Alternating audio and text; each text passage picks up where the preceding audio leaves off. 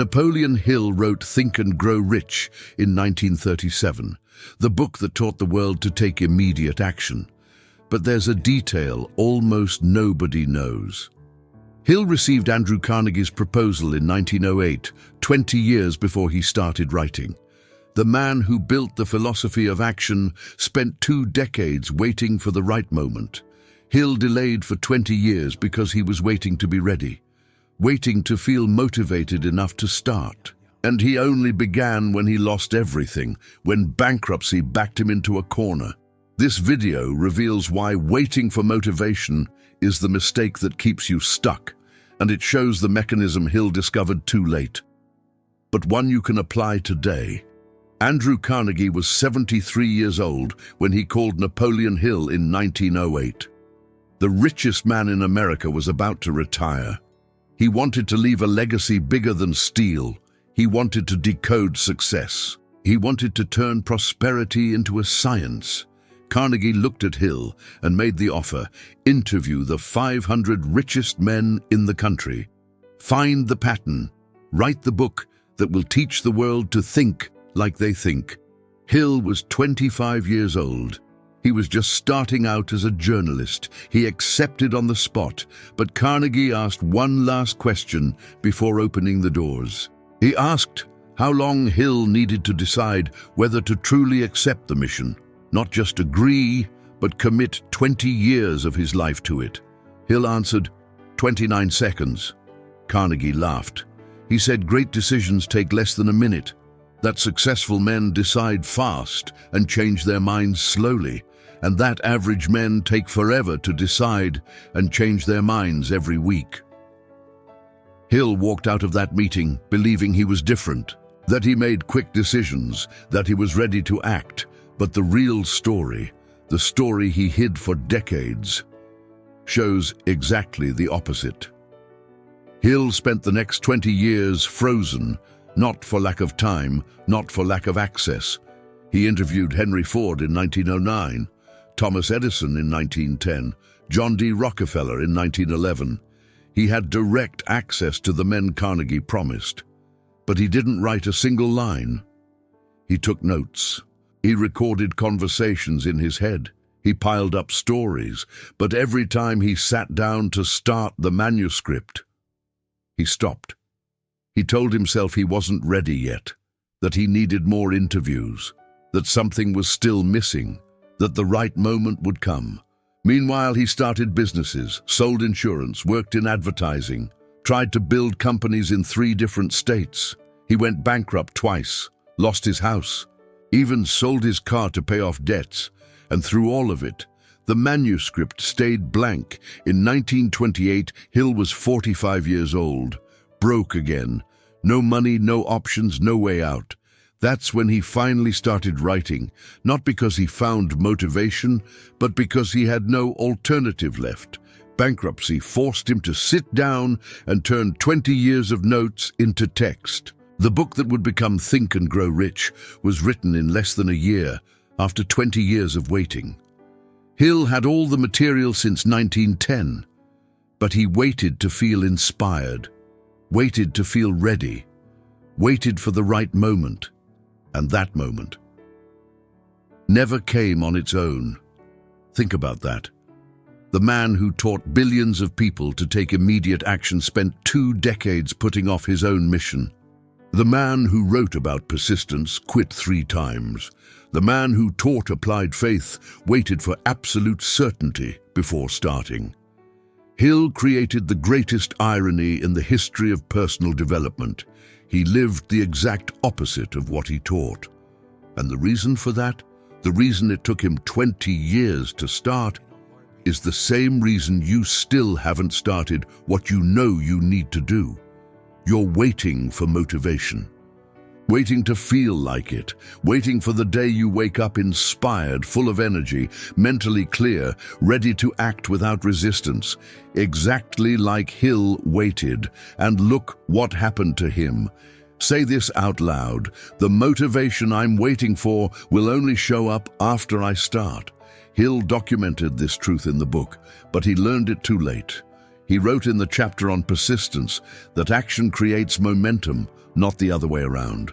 That the first step is always the hardest because the brain hasn't shifted into execution mode yet, that you have to force the start, and the rest follows. But while he was writing that, Hill knew he had wasted 20 years waiting for the flow to arrive on its own. 20 years waiting for inspiration. 20 years believing that big projects require big motivation before you begin. He was wrong. And the entire productivity culture that came after him inherited that same mistake. If you're realizing this same pattern is showing up in your life, waiting for the perfect day, the right energy, the ideal moment, subscribe to the channel right now. Turn on notifications, because what's coming next will show you exactly what the brain does when you act without motivation, and why that changes everything. Drop a like if you've already started questioning whether motivation is really necessary. Now let's get back to the mechanism. The belief that you need to be motivated to act didn't start with Hill, but he helped cement it. Because the book he finally wrote in 1928 romanticizes decision-making. It talks about burning desire, about faith that moves mountains, about visualizing the goal until it feels like it's already yours. And people read that and concluded, I need to feel before I do. I need emotional certainty before taking the first step. I need to be inspired before starting. That interpretation exploded. It became the backbone of decades of self-help. It became the promise of every motivational book published after 1937. The entire industry was built on this idea that you need to reprogram your mind before you move your body. Think about how many books, courses, talks, and videos sell that exact promise. They say the problem is your mindset, that you need to work on your self-esteem before acting, that you need to eliminate limiting beliefs before starting, that you need to visualize success until you feel it's possible.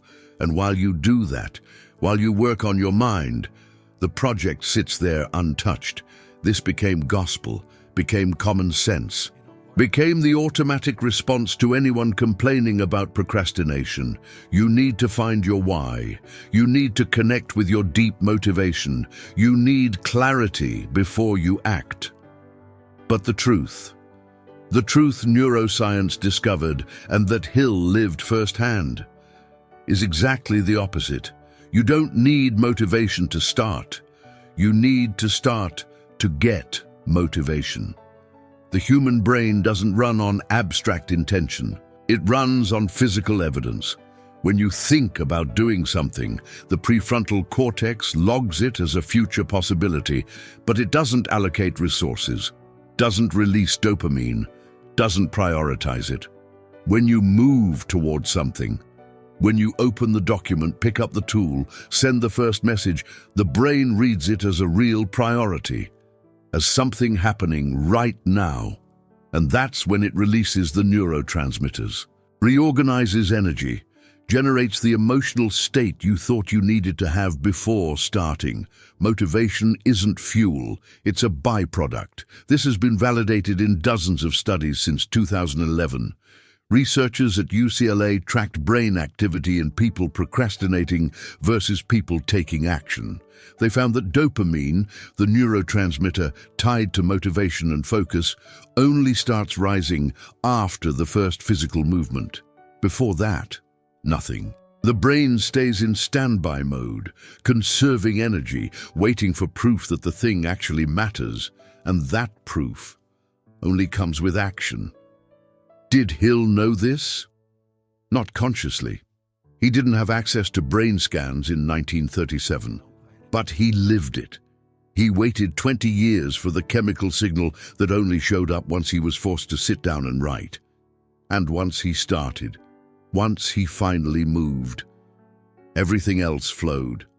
1 year, one complete manuscript, 20 years of material organized into 300 pages, because the motivation showed up, not before, after. Say this out loud. I don't need to feel like it. I need to take the first step. So why does the culture keep selling the opposite? Why does the personal development industry still promise you'll find your motivation before acting?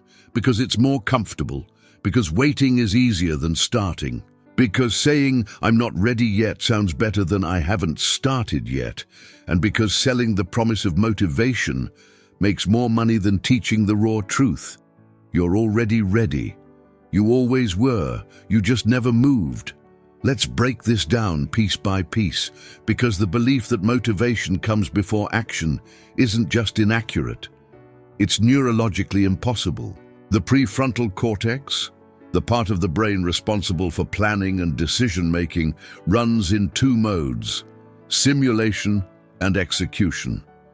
When you think about doing something, you're in simulation mode.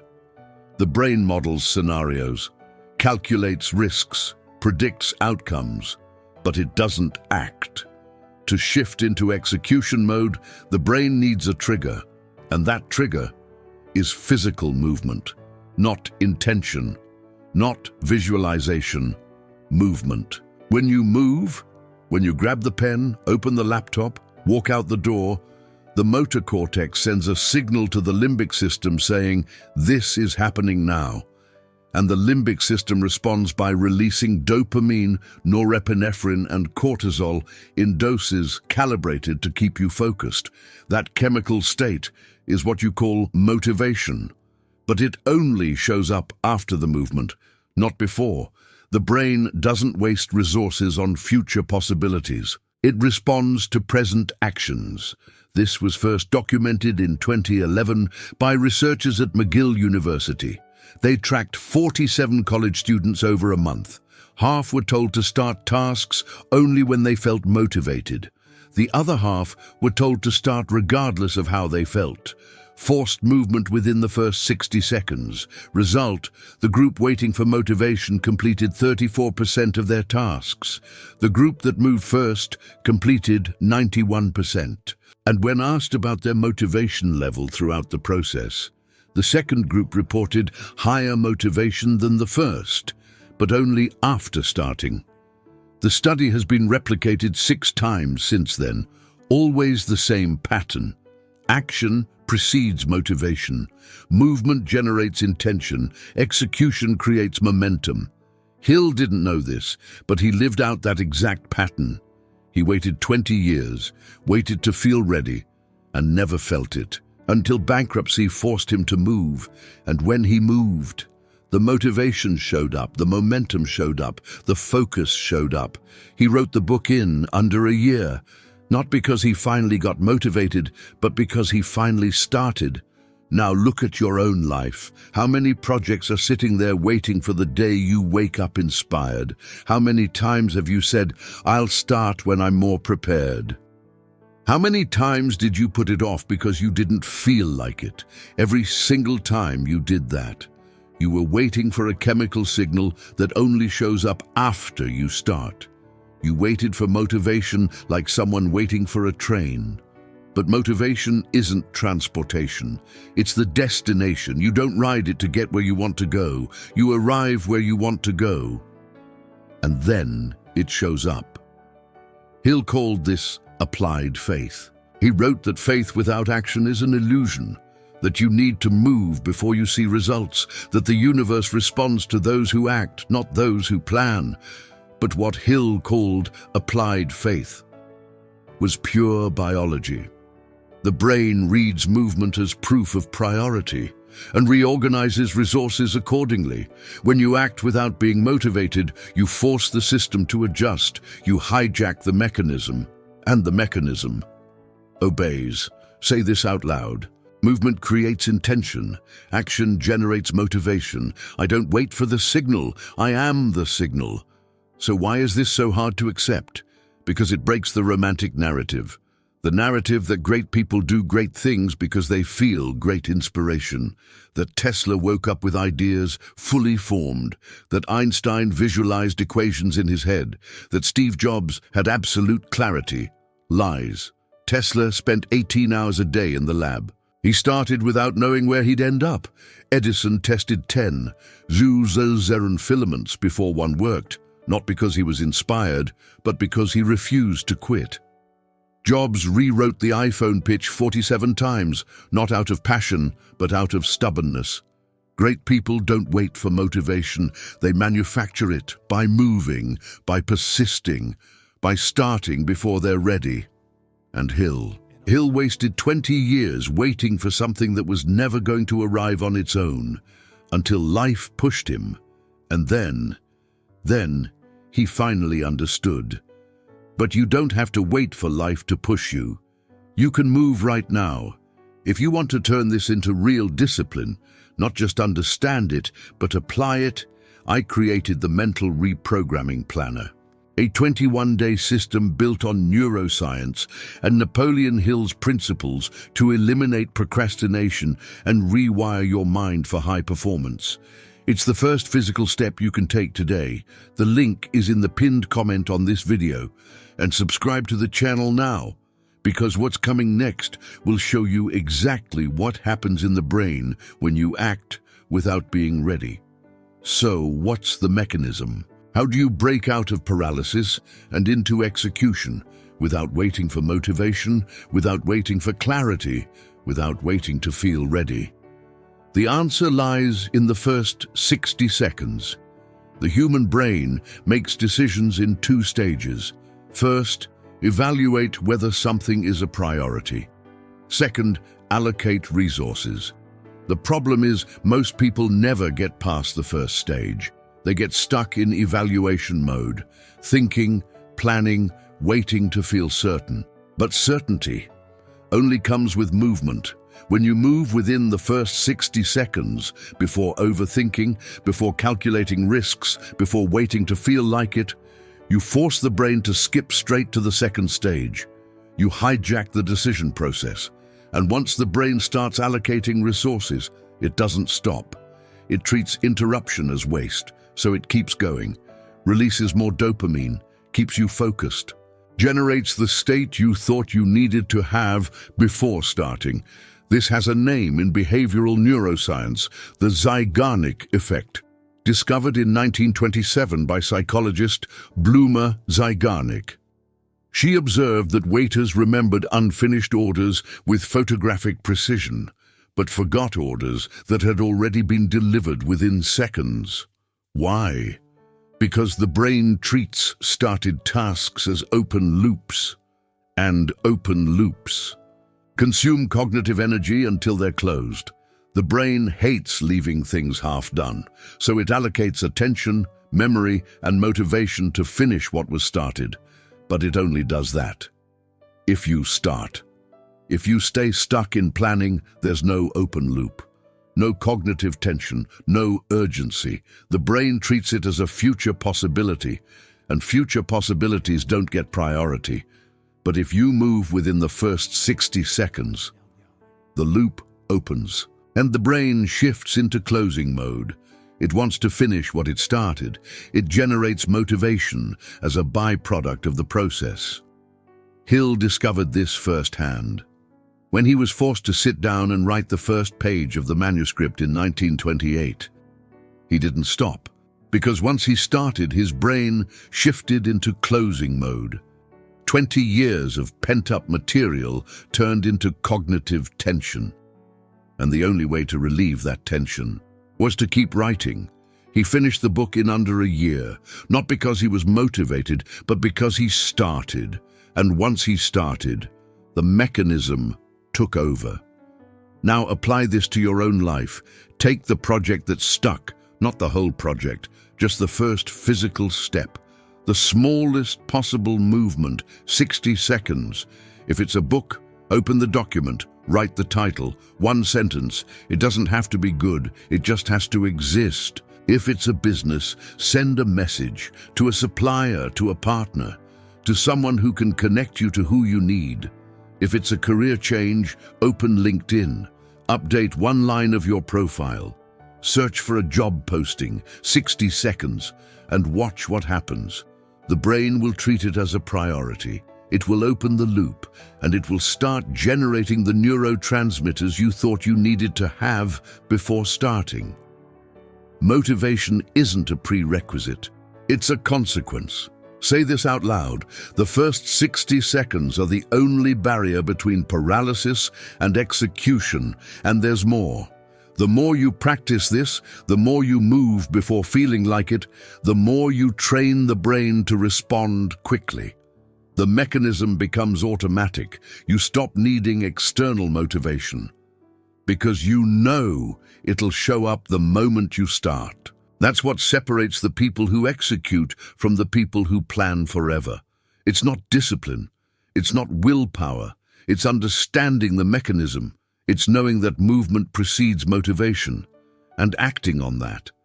Hill wrote in the chapter on persistence that the biggest mistake people make is waiting for perfect conditions. He said perfect conditions never come. That you have to start with what you have, where you are, however you can. And he was right, but it took him 20 years to apply it. 20 years waiting to be ready, 20 years waiting for motivation. You don't have to repeat his mistake.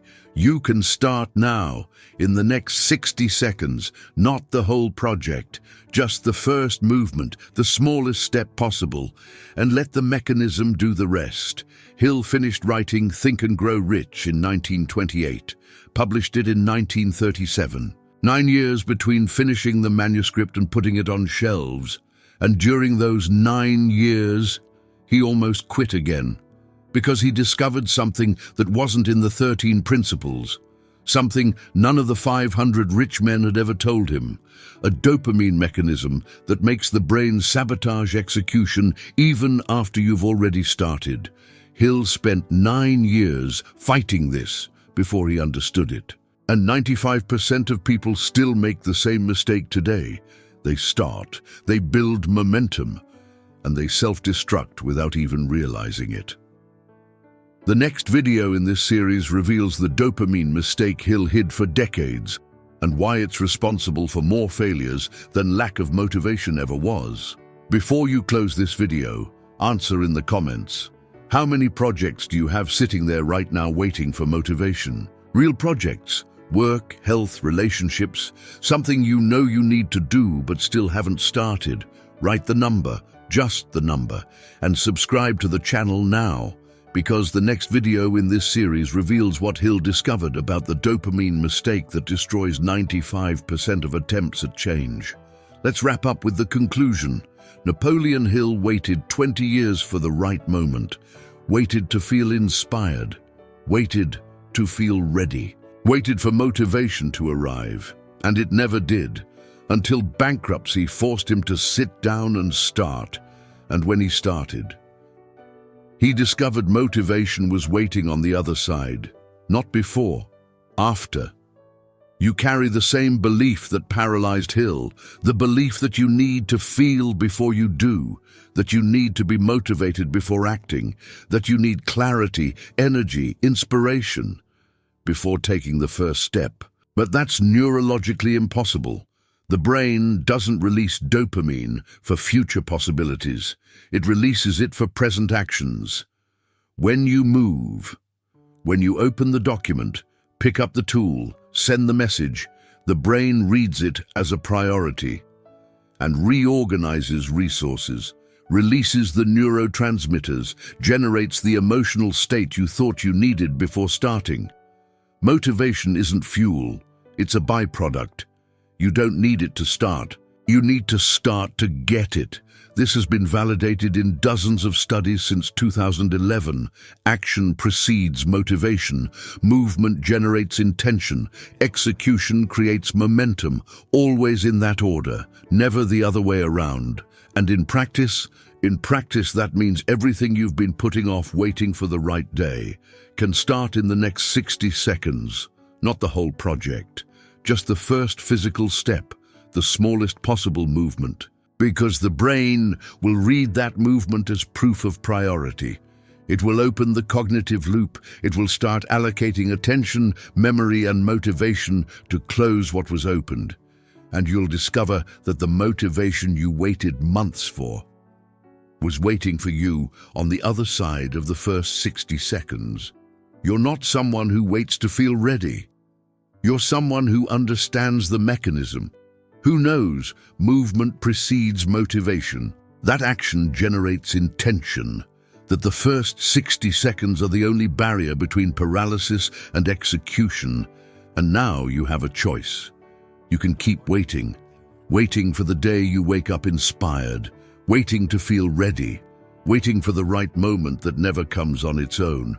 Or you can move right now, in the next 60 seconds, before you overthink it, before you calculate the risks, before you wait to feel like it. Grab a piece of paper or open the Notes app on your phone.